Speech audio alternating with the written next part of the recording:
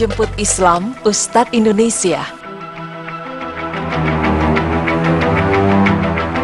Menjadi Muslim sejati merupakan cita-cita semua umat Islam sebagai pribadi yang ingin mendapat ridha Allah Subhanahu wa Ta'ala. Namun untuk menjadi Muslim sejati tidak semudah membalikkan telapak tangan. Akan banyak sekali rintangan yang harus dihadapi untuk menjadikan diri kita sebagai pribadi Muslim yang sesungguhnya. Hal ini sama seperti orang-orang yang bersusah payah untuk menjemput Islamnya. Seseorang masuk Islam bisa karena mengikuti agama pasangannya atau mendapatkan hidayah dari Allah Subhanahu wa Ta'ala. Dan hidayah yang didapatkan hanya berasal dari Allah Subhanahu wa Ta'ala, bukan dari nabi, malaikat atau siapapun. Seperti yang diterangkan dalam firman Allah yang artinya, sungguh engkau Muhammad tidak bisa memberi petunjuk kepada orang yang engkau kasihi, tetapi Allah memberi petunjuk kepada orang yang Dia kehendaki, dan Dia lebih mengetahui orang-orang yang mau menerima petunjuk. Quran Surah Al-Qasas ayat 56. Pemirsa beriman, selain kisah-kisah menjemput Islam yang dialami bintang-bintang dunia, pemain bola maupun penyanyi dunia yang masuk Islam, kali ini tim Berita Islami Masa Kini akan memaparkan kisah-kisah menjemput Islam yang dialami ustadz dan ustazah di Indonesia. Ustadz menjemput Islam yang pertama yaitu Ustadz Felix Xiao. Ustadz Felix terlahir dalam keluarga non-muslim yang taat. Pada saat umurnya menginjak 12 tahun, ia masih menganut agama non-muslim. Pada saat itu, mulai timbul pertanyaan-pertanyaan dalam benaknya. Di antaranya yaitu, untuk apa adanya dunia ini? Dan akan seperti apa akhir dari dunia ini? Dan setelah itu muncullah pertanyaan tentang agamanya, yang menurut dia kurang pas pada dirinya. Ia pun mencari-cari semua pertanyaan itu, dan ia selalu mendapatkan jawaban-jawaban yang mengambang dan tidak memuaskan. Ketidakpuasan lalu mendorongnya untuk mencari jawaban di dalam Alkitab. Sejak saat itu, Ustadz Felix mulai mempelajari Alkitab dengan seksama. Ia sangat terkejut setelah mengetahui bahwa sebagian besar kitab tersebut adalah buatan manusia, bukan sepenuhnya wahyu dari Tuhan. Ketika proses mencari jawaban di salam Alkitab pun, ia menemukan sangat dikit sekali keterangan tentang kehidupan setelah mati, hari kiamat, dan asal-usul manusia. Setelah proses pencarian itu, Ustadz Felix memutuskan bahwa agama yang ia anut tidak pantas dipertahankan karena tidak bisa memberikan jawaban untuk pertanyaan mendasarnya. Dan pada saat itu, ia menganggap semua agama tidak ada yang benar dan tidak ada yang salah, lalu memutuskan untuk tidak beragama.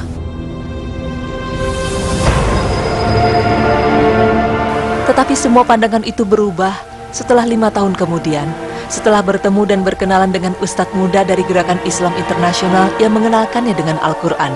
Ustadz Felix menceritakan tentang pengalaman hidupnya dan ketiga pertanyaan besar yang ia cari jawabannya. Mereka berdiskusi dan mencapai suatu kesepakatan tentang adanya Tuhan pencipta alam semesta. Lalu ustadz muda yang ditemuinya membacakan suatu ayat dalam Al-Quran yang artinya, kitab Al-Quran ini tidak ada keraguan padanya, petunjuk bagi mereka yang bertakwa. Quran Surah Al-Baqarah ayat 2. Setelah mendengar maksud ayat ini, Ustadz Felix terpesona dengan ketegasan dan ketinggian makna dalam Al-Quran. Setelah mempelajari lebih jauh tentang Al-Quran, akhirnya ketiga pertanyaan besarnya terjawabkan. Bahwa manusia berasal dari Sang Pencipta yaitu Allah Subhanahu wa Ta'ala. Kita hidup untuk beribadah kepada Allah Subhanahu wa Ta'ala. Dan itu yang tertulis dalam Al-Quran, yang dipastikan datang langsung dari Allah Subhanahu wa Ta'ala. Setelah hidup berakhir, kita akan kembali kepada Allah Subhanahu wa Ta'ala dan membawa perbuatan amal ibadah yang harus dipertanggungjawabkan kepada Allah Subhanahu wa Ta'ala. Dan sejak itulah, Ustadz Felix memutuskan untuk masuk Islam, yang tepatnya pada tahun 2002, ia menjemput Islamnya.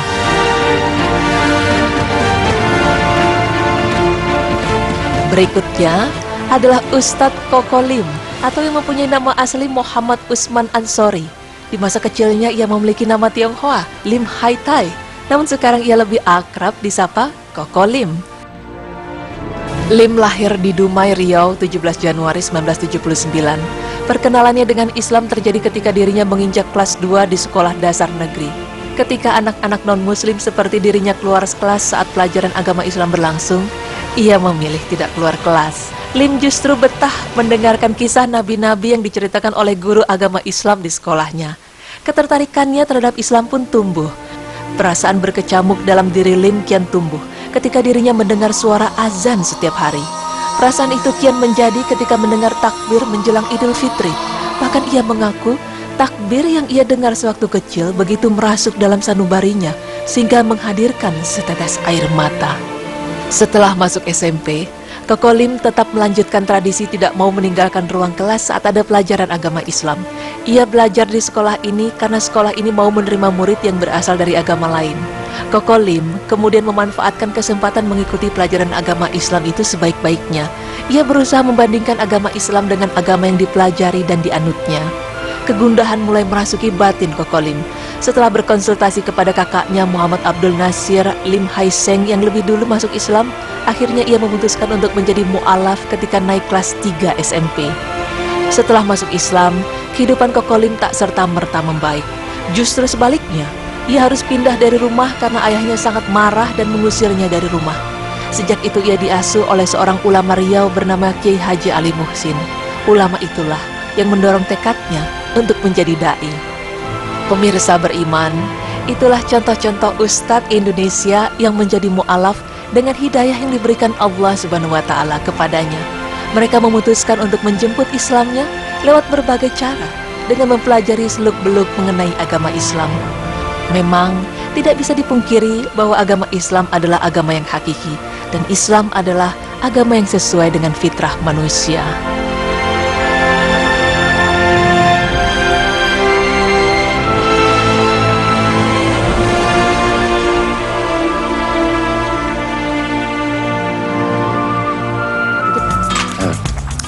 Ya baik pemirsa, kadang-kadang kisah seorang mu'alaf itu buat kita tuh luar biasa sekali karena mungkin saya lahir sudah menjadi muslim dan merasa tidak ada perjuangan yang luar biasa, tapi kalau mendengar kisah mu'alaf bagaimana mereka berjuang di keluarganya, di lingkungannya untuk memeluk Islam itu bisa menjadi sangat inspirasi banget sih. Benar sekali ya. Jadi memang Masya Allah ya luar biasa sekali. Saya memang cukup mengikuti dan alhamdulillah memang teman Ustadz Felix Xiao adalah salah satu sahabat saya juga. Beliau Masya Allah luar biasa sekali ketika beliau itu berjuang untuk akhirnya bisa memeluk agama Islam. Memang dari asalnya tadi, jadi memang ketika seseorang itu mendapatkan hidayah itu kan berbeda-beda. Ada dari ketika menikah ataupun ada dari ajakan saudaranya. Dan kalau misalnya Ustadz Felix memang sampai dia ini ya benar-benar mencari. Betul Dia sekali. meragukan satu kitab dan akhirnya mencari kitab kitab Al-Quran. Dan di situ diterangkan ya salah satu ustadz yang ditemani sama beliau dan akhirnya beliau mendapatkan hidayah di situ gitu. Ya, dan mereka rata-rata di usia yang muda loh. Jadi di usia muda mereka sudah mencari apa yang benar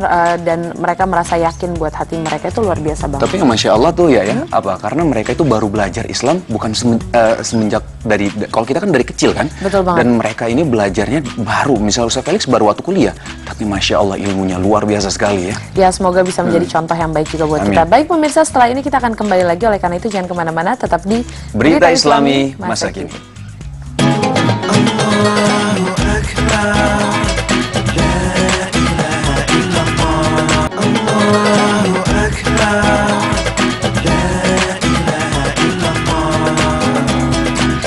Pemirsa, alhamdulillah nggak kerasa udah 45 menit kita menemani Anda. 1 jam deng kok 45 menit. Dan banyak sekali ilmu yang dapetin hari ini. Masya Allah, Ya luar nggak biasa sih? sekali ya. Tadi apa aja kita Saya pembahasannya? pokoknya sekarang yang paling baru ini Apa? saya baru tahu yang namanya panji hitam. Ini Panji ilmu hitam. baru banget buat saya. Ya wawasan baru buat kita ya semua ya. Memang panji hitam, soal panji hitam. Tadi soal jasad juga itu aku biasanya meyakinkan kalau kita keluar kita melihat jasad kita Kita gitu. kebanyakan nonton TV Nonton film. atau nonton film. Soalnya Iya. kalau di film kan selalu digambarkan ketika meninggal kita melihat jasadnya lagi. Benar sih Tapi ya. ternyata nggak ada dalilnya pemirsa. Nggak ada dalilnya. Tapi yang ketiga tadi apa pembahasan kita ya? Itu cerita-cerita soal mu'alaf yang Oh sangat Masya inspiratif, Allah, ya. semoga kita bisa mendapatkan hidayah juga yang Amin. luar biasa juga ya. Nah baik pemirsa, setelah ini juga setelah berita Islami masa kini, Trans TV punya program baru yaitu Panggung Impian, di mana kita membantu orang-orang untuk mewujudkan impiannya. Penasaran nggak seperti apa? Makanya jangan kemana-mana, tetap nonton Trans TV Milik kita bersama. Wassalamualaikum.